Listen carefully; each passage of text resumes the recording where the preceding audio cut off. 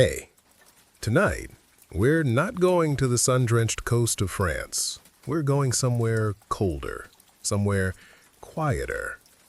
We're going to a small town in the English countryside, in a county they call the Garden of England, a place called Tonebridge in Kent.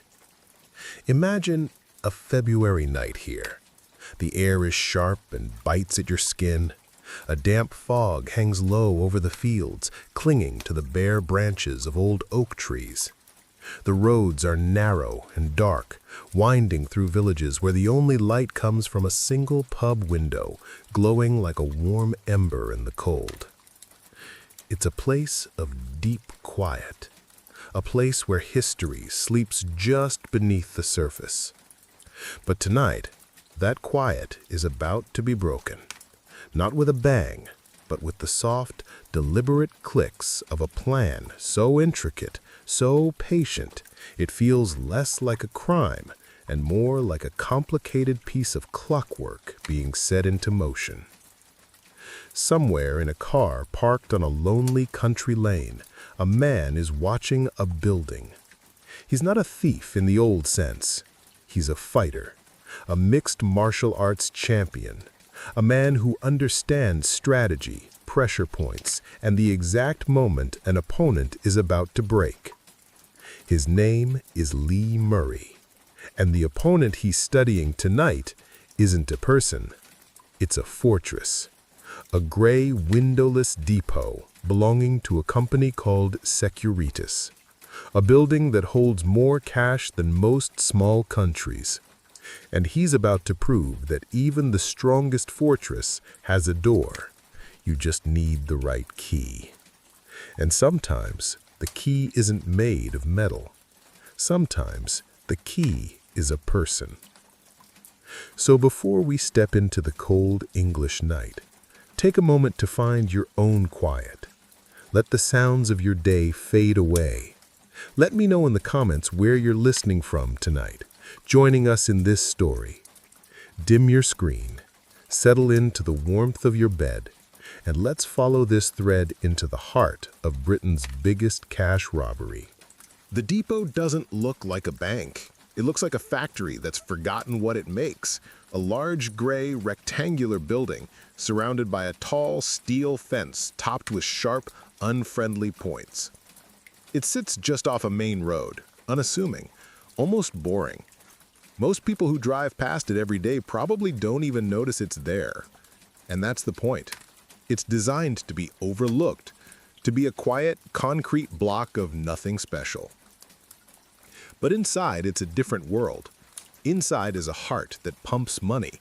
Not metaphorically, literally. This is a cash-handling depot, a place where used banknotes are brought to be counted, sorted, and then sent back out to banks and businesses all across the south of England.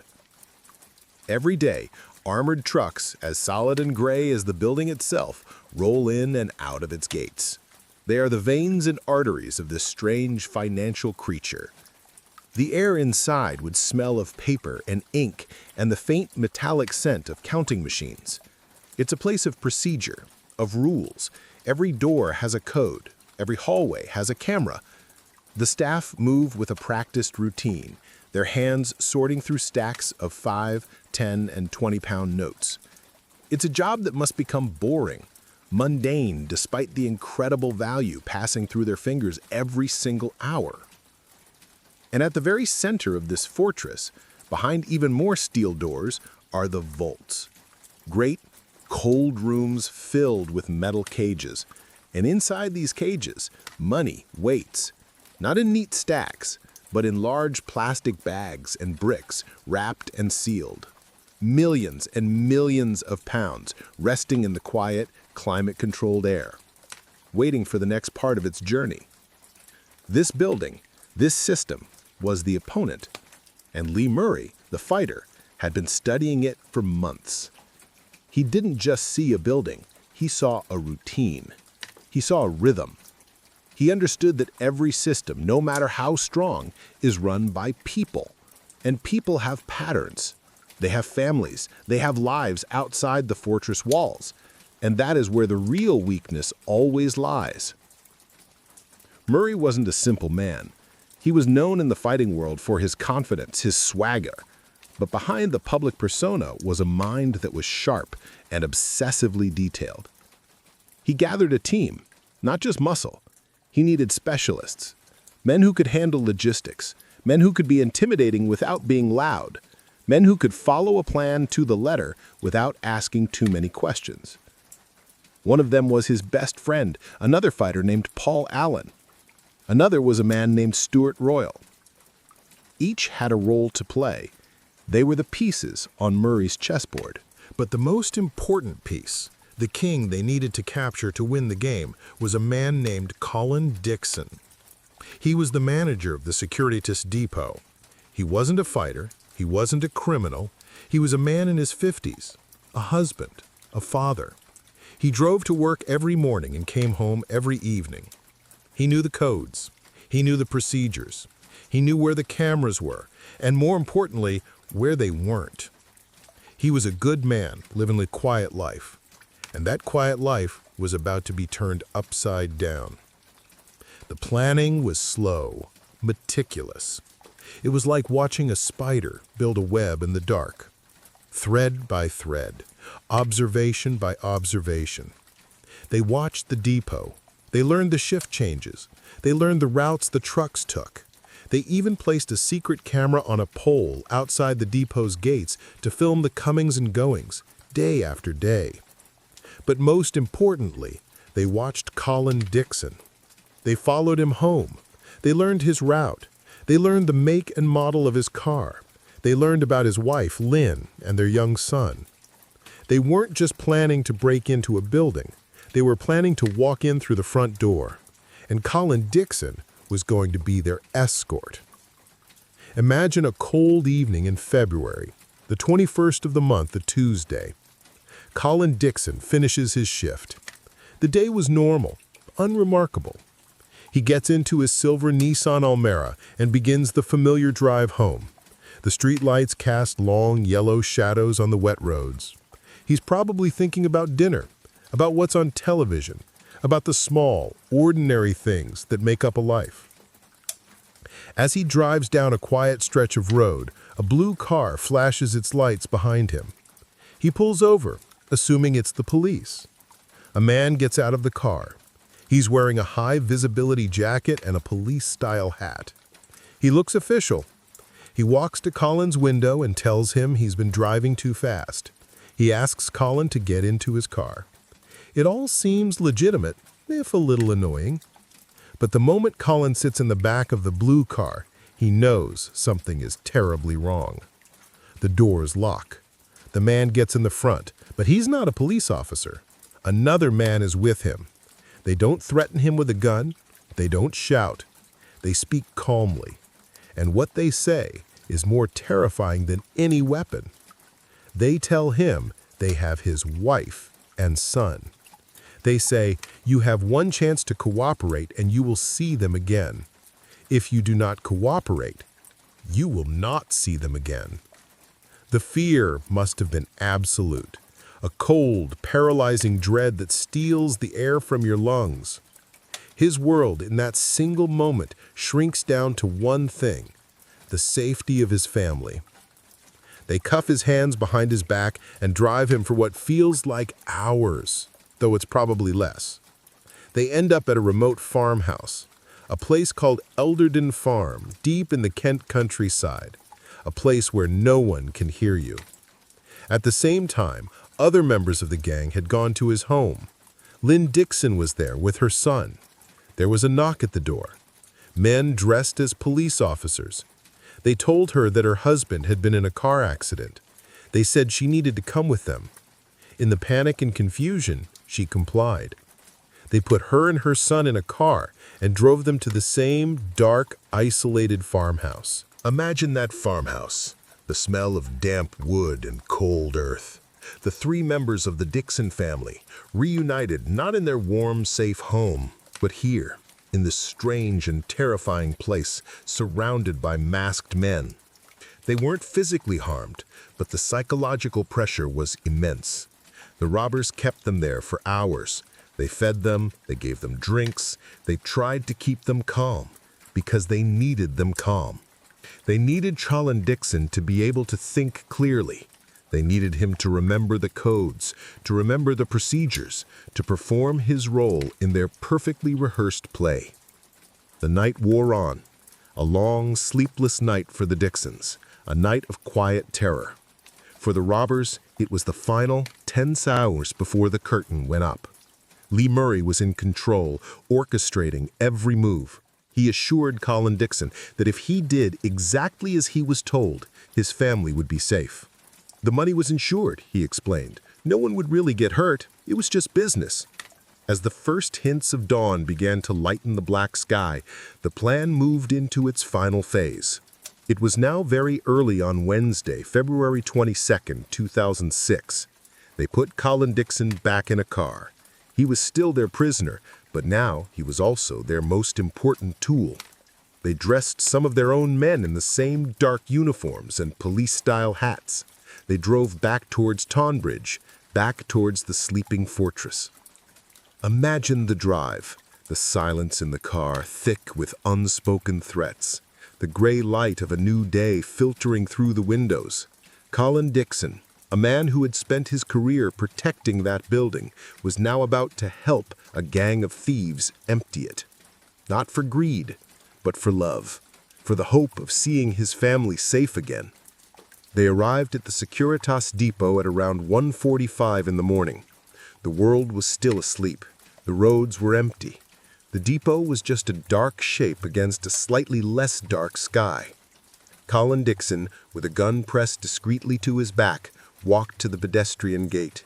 He used his keycard. There was a soft click, and the gate unlocked.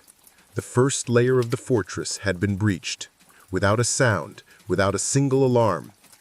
Once inside the perimeter fence, the robbers, still disguised as police, approached the main entrance. Colin Dixon spoke to the control room through the intercom. He explained that there was an emergency, that police needed to come inside. The staff on duty, seeing their manager on the camera feed, believed him. They buzzed the door open. The moment the door opened, the play was over, and the reality began. The robbers moved in. They were 7 men, their faces hidden by balaclavas. They were armed. They quickly overpowered the handful of staff working the night shift. There was no struggle. The guards were taken completely by surprise. They were bound with plastic cable ties, their hands behind their backs. One by one, the robbers rounded up all 14 members of staff who were inside the building. They were led into a large, empty cash cage, one of the very cages that usually held millions of pounds. Now it held frightened people. The robbers closed the heavy mesh door and locked it. They were methodical, efficient. There was no unnecessary violence, just a cold, professional execution of the plan. Now they had control of the building. The alarms were silent, the staff were neutralized, and they had the one man who could open the vaults, Colin Dixon. They led him down into the heart of the depot, to the treasury. The air was colder here, the silence deeper. They stood before the massive steel doors of the main vault. These doors couldn't be forced. They had to be opened correctly. Colin Dixon, under the watchful eyes of the armed robbers, entered the codes. He turned the keys. Imagine the sound of the heavy tumblers moving inside the lock, a series of deep metallic clunks echoing in the quiet room. Then the heavy groan of the vault door as it swung open. Inside was a sight few people will ever see. Cages stacked high with cash, bricks of banknotes, bags bulging with money. It wasn't just a robbery, it was a treasure haul. The gang had come prepared. They had brought a large white Renault truck, a 7.5-ton lorry. They had parked it in the depot's loading bay, the same place the armored Securitas vans would normally be. Now, the real work began, the sheer physical effort of moving all that money. They brought in large wheeled cages, the kind used for moving goods in a supermarket. They started emptying the vaults, loading the cash into these cages. Stacks of 10-pound notes, bundles of 20s, sacks of 50s. They filled a cage, wheeled it to the loading bay, and heaved the contents into the back of the white truck.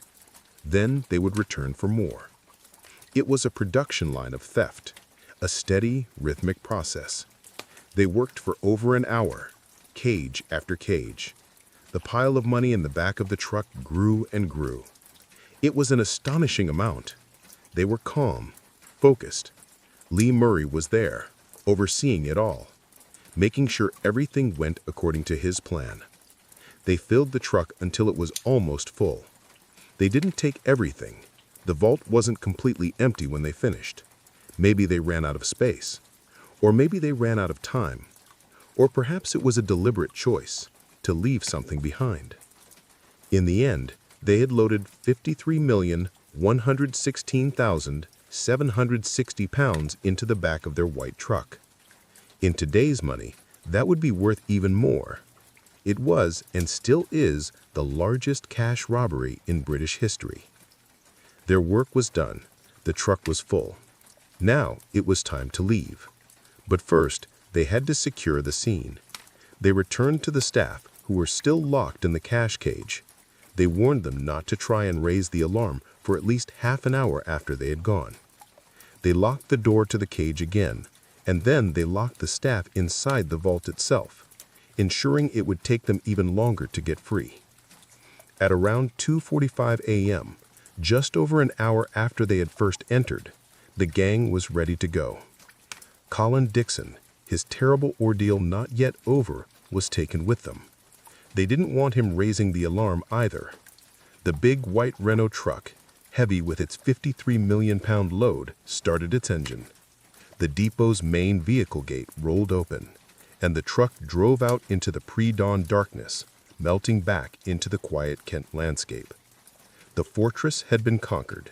The plan had worked perfectly. Now came the most dangerous part of any heist, the escape. The white Renault truck, now one of an unknown number of such trucks on the road, did not drive far. The destination was the same isolated place where the Dixon family had been held, Elderden Farm. This was their prearranged transfer point, a place to switch vehicles and divide the loot. They arrived at the farm. Other members of the gang were waiting with different cars. A hurried, frantic process began in the cold darkness of the farmyard.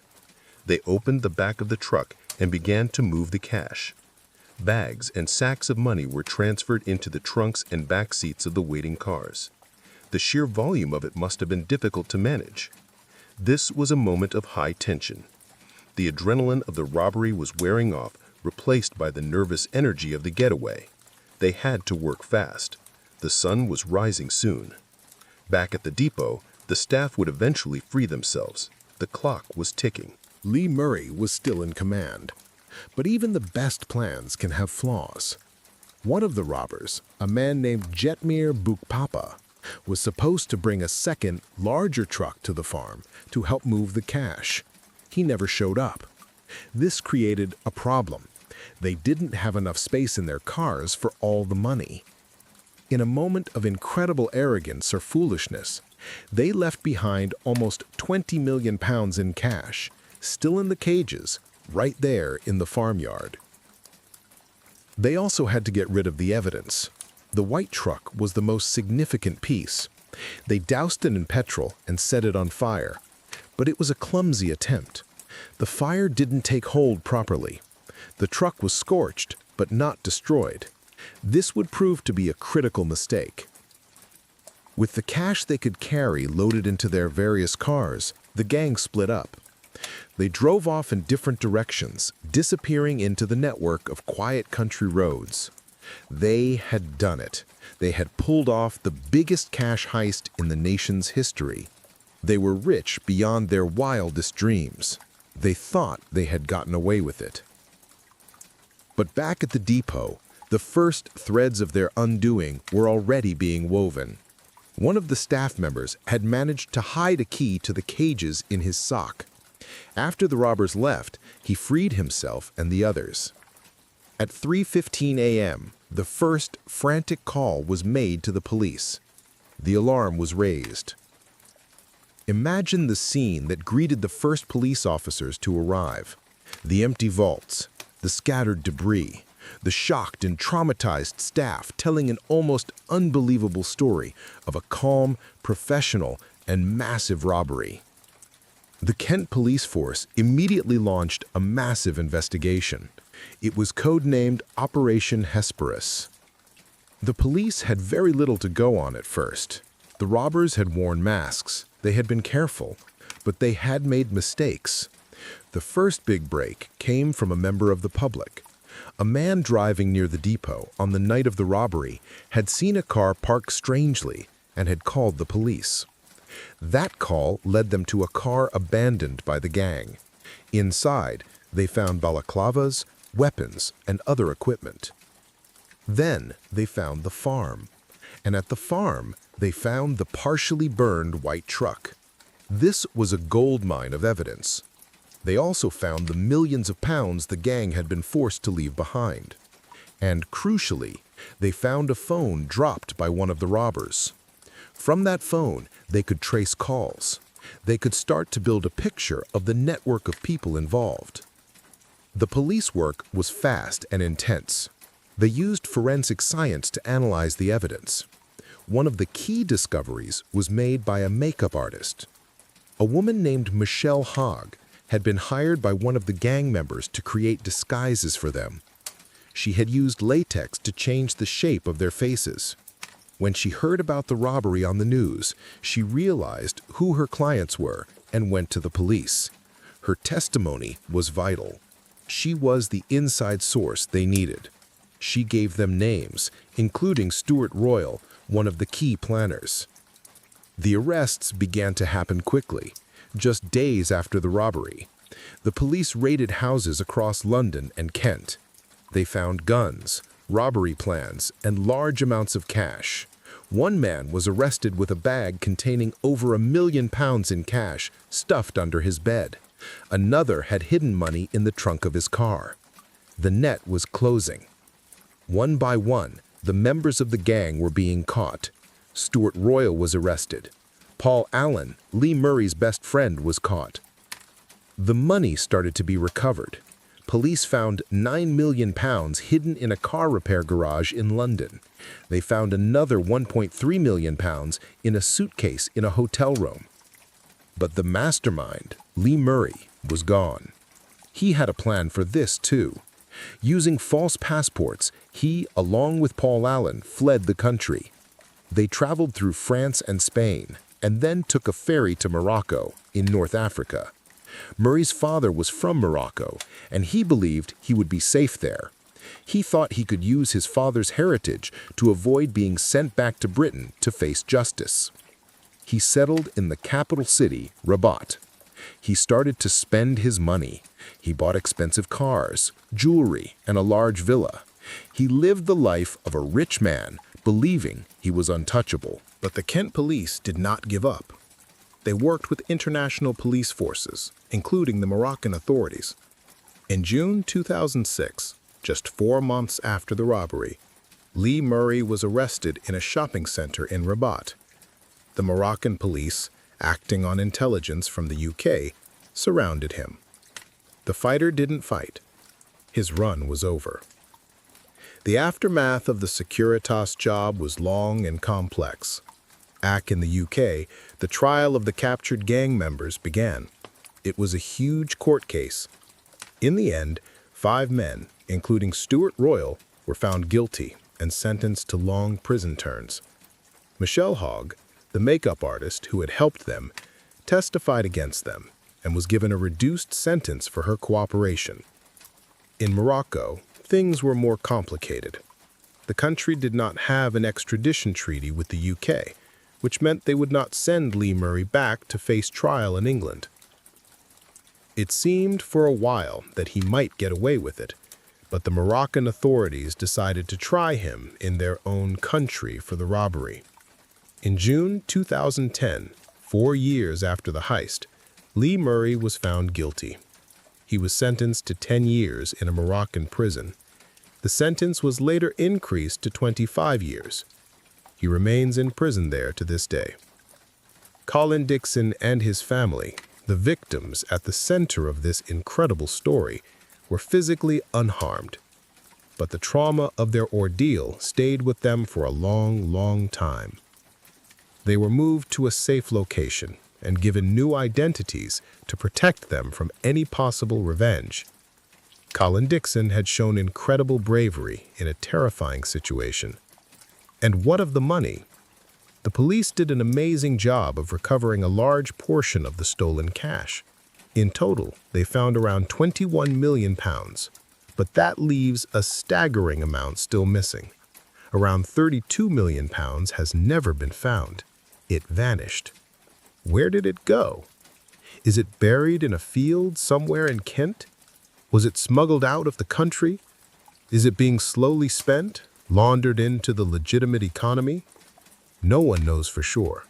It remains one of the great unsolved mysteries in British criminal history, the silent legacy of a perfectly planned crime. And so, our story of the Securitas Depot Job comes to a close.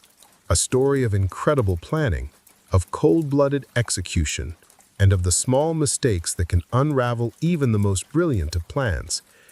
It's a story about a fighter who thought he could beat the system, but in the end was trapped by it. Now, as the story fades away, let your mind drift away from the details. Let go of the trucks, the money, the dark farmhouses. Feel the quiet of the room around you, the comfort of your bed, the gentle weight of your blankets. Imagine the gray depot, now still and quiet again, its vaults refilled, its systems upgraded. It sleeps under the watchful eye of its cameras. Imagine the Kent countryside, the fog settling once more over the fields, hiding the secrets of the past. Everything is calm. Everything is peaceful. Let your own thoughts become calm and peaceful too. Let your breathing slow down, a gentle rhythm in and out. Feel your body grow heavy, sinking deeper into relaxation with each breath. There are no more plans to make tonight, no more mysteries to solve. There is only rest. The night is here to hold you, to keep you safe. Allow yourself to let go. Allow yourself to drift into a deep and peaceful sleep. Good night. Sleep well. I'll see you in the next one.